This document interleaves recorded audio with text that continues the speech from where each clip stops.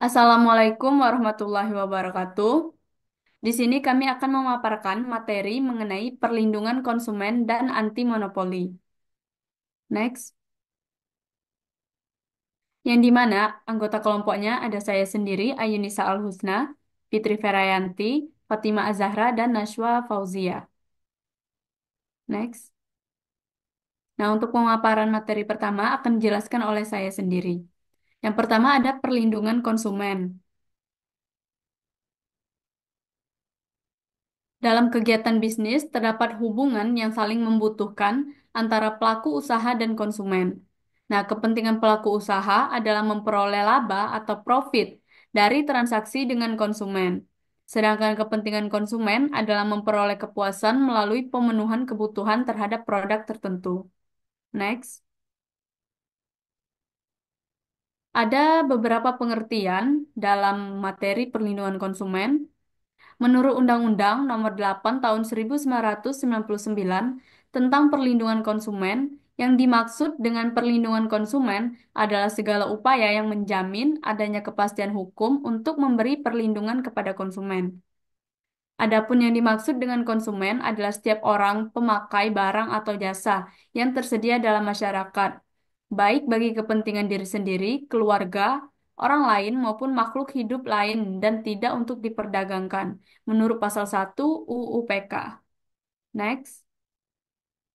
Nah, adapun yang dimaksud dengan pelaku usaha yaitu setiap orang perseorangan atau badan usaha, baik yang berbentuk badan hukum maupun bukan badan hukum yang didirikan dan berkedudukan atau melakukan kegiatan dalam wilayah hukum Republik Indonesia, baik sendiri maupun bersama-sama melalui perjanjian menyelenggarakan kegiatan usaha dalam berbagai bidang ekonomi dalam pasal 1 UU PK. Next. Nah, ada asas dan tujuan perlindungan konsumen. Yang pertama, ada asas manfaat yang dimaksudkan untuk mengamatkan bahwa segala upaya dalam menyelenggarakan perlindungan konsumen harus memberikan manfaat sebesar-besarnya bagi kepentingan konsumen dan pelaku usaha secara keseluruhan.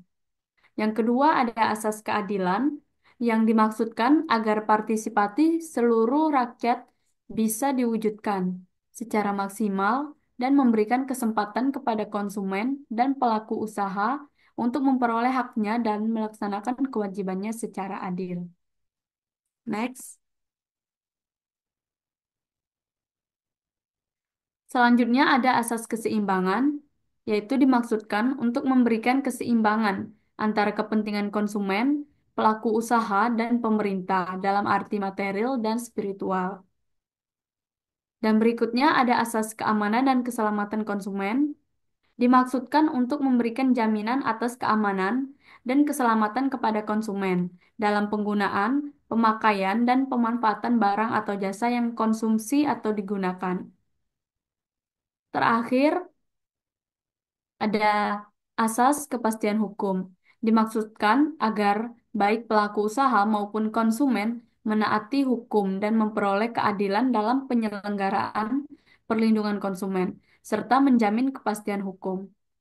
Next.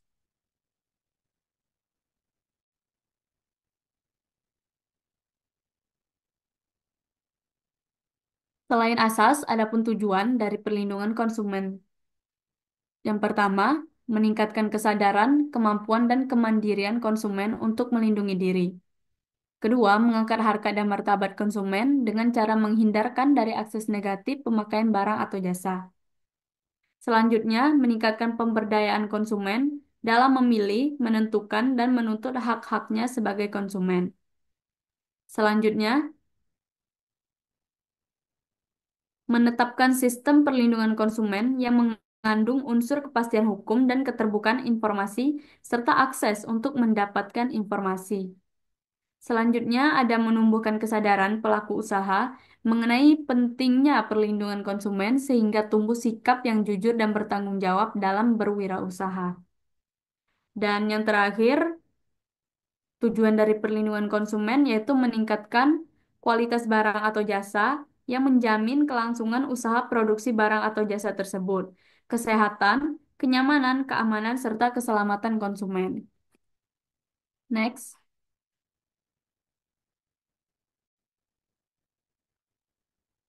Selanjutnya ada hak dan kewajiban konsumen.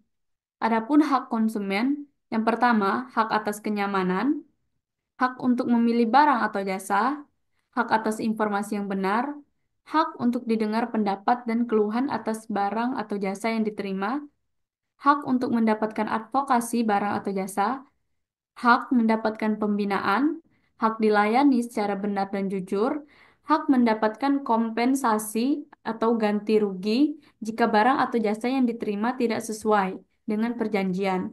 Dan terakhir, ada hak yang diatur dalam ketentuan perundang-undangan. Selanjutnya, ada kewajiban konsumen. Yang pertama, membaca atau mengikuti petunjuk informasi dan prosedur pemakaian atau pemanfaatan barang atau jasa demi keamanan dan keselamatan. Kedua, beritikat baik dalam melakukan transaksi pembelian barang atau jasa. Yang ketiga, membayar sesuai dengan nilai tukar yang disepakati. Dan yang terakhir, mengikuti upaya penyelesaian hukum sengketa perlindungan konsumen secara patut.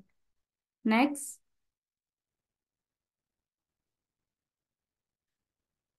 ada hak dan kewajiban pelaku usaha. Yang pertama, hak pelaku usaha yaitu hak menerima pembayaran sesuai dengan kesepakatan. Dua, hak mendapatkan perlindungan hukum. Tiga, hak untuk pembelaan. Tiga, hak untuk pembelaan diri.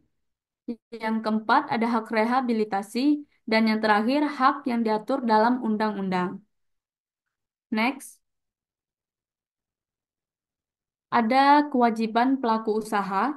Yang pertama, beritikat baik dalam kegiatan usaha.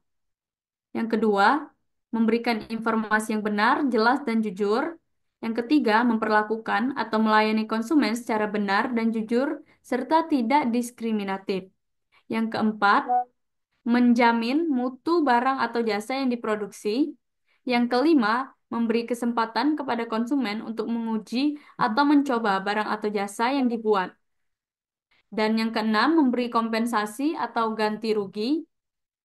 Yang terakhir, memberi kompensasi atau ganti rugi apabila barang atau jasa yang diterima tidak sesuai dengan pemanfaatan atau perjanjiannya. Baik, untuk materi selanjutnya akan dijelaskan oleh rekan saya. Baik, materi selanjutnya itu ada perbuatan yang dilarang bagi pelaku usaha, di mana perbuatan yang dilarang bagi pelaku usaha ini terbagi menjadi beberapa jenis, yaitu ada larangan bagi pelaku usaha yang berhubungan dengan barang atau jasa yang diperdagangkan. Itu diantaranya yang pertama, ketika barang itu tidak memenuhi atau tidak sesuai dengan standar yang dipersyaratkan dari ketentuan perundang-undangan.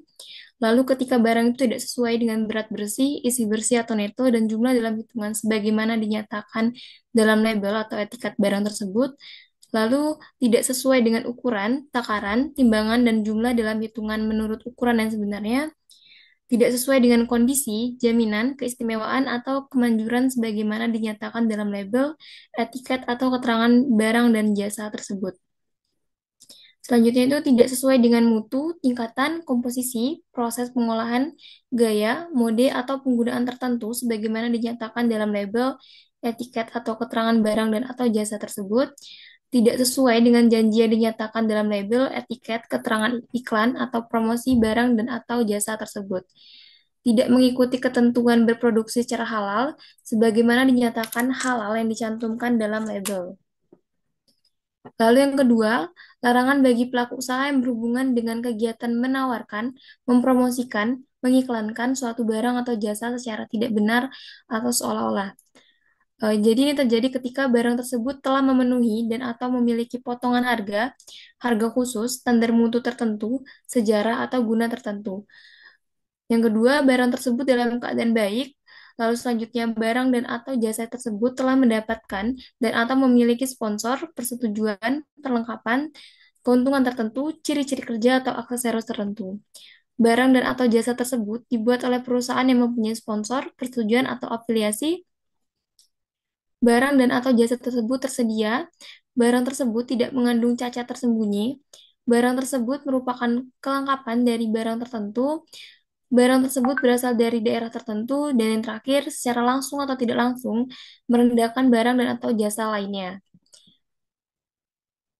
Lalu yang ketiga ada larangan bagi pelaku usaha yang berhubungan dengan kegiatan menawarkan, mempromosikan, mengiklankan suatu barang dan atau jasa secara tidak benar dan atau menyesatkan mengenai yang pertama harga dan tarif suatu barang dan atau jasa, dua kegunaan suatu barang dan atau jasa, yang ketiga kondisi, tanggungan, jaminan, hak atau pengganti rugi suatu barang dan atau jasa, yang keempat tawaran potongan harga atau hadiah menarik yang ditawarkan, dan yang terakhir bahaya dari penggunaan barang dan atau jasa yang ditawarkan. Lalu yang keempat adalah larangan bagi pelaku usaha yang berhubungan dengan penjualan melalui cara obral atau lelang yang mengelabui atau menyesatkan konsumen dengan menyatakan barang dan atau jasa tersebut seolah-olah telah memenuhi standar mutu tertentu, menyatakan barang dan atau jasa tersebut seolah-olah tidak mengandung cacat tersembunyi, lalu menyatakan tidak berniat untuk menjual barang yang ditawarkan, melainkan dengan maksud untuk menjual barang lain.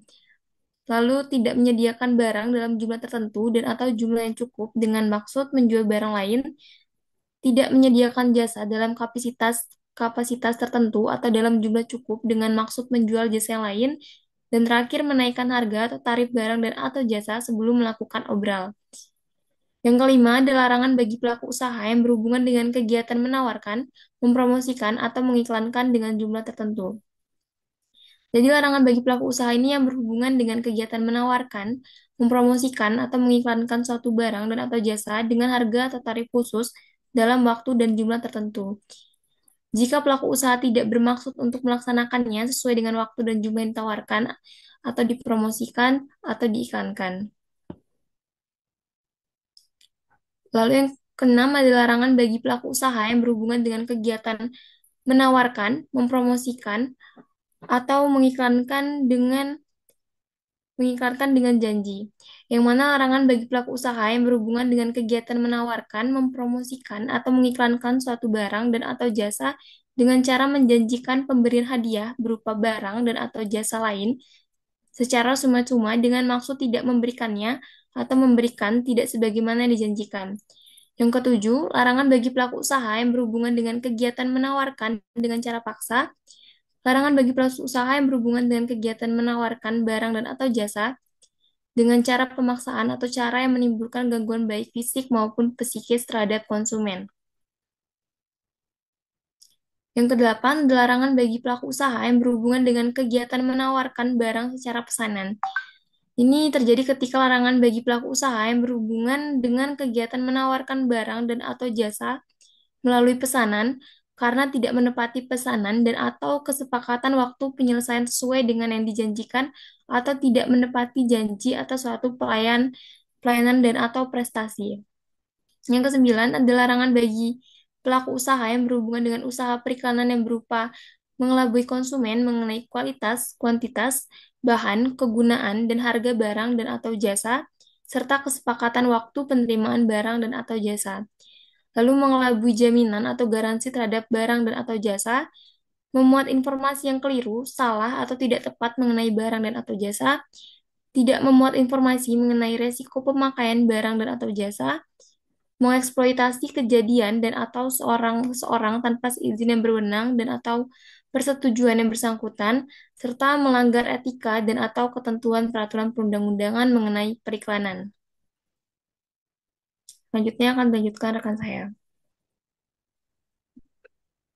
Selanjutnya yaitu anti monopoli dan persaingan usaha tidak sehat.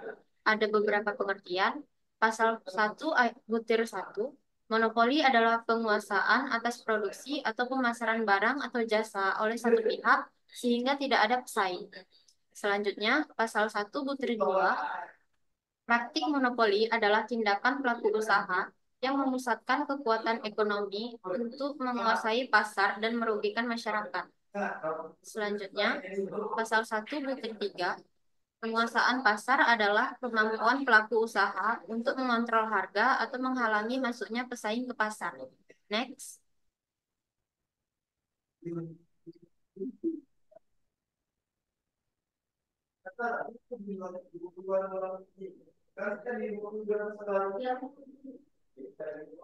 Selanjutnya, pasal 1 butir 4, pelaku usaha adalah individu atau badan usaha baik dari dalam maupun luar negeri yang melakukan kegiatan usaha di Indonesia.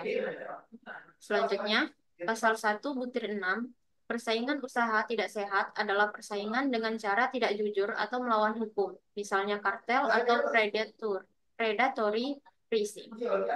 Next, selanjutnya ada asas dan tujuan. Yang pertama asas, pasal 2 UU nomor 5 tahun 1999 menyatakan bahwa kegiatan usaha di Indonesia harus berlandaskan asas demokrasi ekonomi yang bertujuan untuk memastikan persaingan usaha yang sehat. Selanjutnya ada tujuan, yaitu untuk menciptakan persaingan usaha yang sehat, mencegah praktik monopoli yang merugikan masyarakat, melindungi konsumen, mewujudkan keadilan ekonomi, dan mendukung pertumbuhan ekonomi nasional melalui iklim usaha yang kompetitif dan adil. Materi selanjutnya akan dibawakan oleh rekan saya. Baik, materi selanjutnya mengenai penegakan hukum, di mana menurut ketentuan Undang-Undang Nomor 5 Tahun 1999 tentang larangan praktik monopoli dan persaingan usaha tidak sehat, sanksi yang dikenakan pada pelaku usaha yang melanggar ketentuan undang-undang tersebut berupa yang pertama tindakan administratif pasal 47 yang terdiri dari pembatalan perjanjian, menghentikan integrasi vertikal, menghentikan kegiatan, menghentikan penyalahgunaan posisi dominan, pembatalan merger, konsolidasi dan akuisisi, pembayaran ganti rugi dan pengenaan denda. Yang kedua, pidana pokok pasal 48 berupa denda dan kurungan. Yang ketiga, pidana tambahan pasal 49 berupa pencabutan izin usaha, larangan menduduki jabatan direksi atau komisaris, dan penghentian kegiatan atau tertentu. Next. Yang pertama itu ada tujuan dari Undang-Undang Nomor 5 Tahun 1999 yang mana untuk mendorong terciptanya persaingan usaha yang sehat, lalu melarang praktik monopoli yang merugikan pelaku usaha lain atau konsumen, menjamin kepastian hukum dan efisiensi ekonomi, dan yang terakhir melindungi kepentingan masyarakat luas. Lalu yang kedua ada subjek hukum, di mana UU ini berlaku bagi pelaku usaha perorangan atau badan usaha baik berbadan hukum maupun tidak. Yang kedua pelaku usaha dalam negeri dan asing yang beroperasi di Indonesia. Next. Yang ketiga ada larangan dalam Undang-Undang Nomor 5 Tahun 1999. Yang pertama ada perjanjian terlarang, kartel pembagian wilayah atau perjanjian harga, perjanjian untuk menghambat pelaku usaha lain, perjanjian yang memonopoli distribusi atau jasa, lalu ada kegiatan terlarang di mana di dalamnya termasuk monopoli, monops monopsoni, yaitu menguasai pasar pembelian dan penguasaan pasar, praktik diskriminasi harga atau pengikatan, dan yang terakhir ada penyalahgunaan posisi dominan yang mana penguasaan pangsa pasar yang terlalu besar untuk mematikan kompetitor. Next. Yang keempat, ada pengawasan dan penegakan, di mana pengawasan pada praktik ini dilakukan oleh Komisaris Pengawas Persaingan Usaha atau KPPU yang memiliki kewenangan untuk melakukan investigasi dan penyelidikan, memberikan sanksi administratif, dan yang terakhir memberikan rekomendasi terkait pelanggaran kepada pengadilan. Yang terakhir ada sanksi, di mana sanksi ini diberikan meliputi sanksi administratif, denda atau perintah penghentian praktik tertentu, dan yang terakhir sanksi pidana jika terbukti melanggar hukum. Baik, selesai materi terakhir, saya kembalikan ke moderator.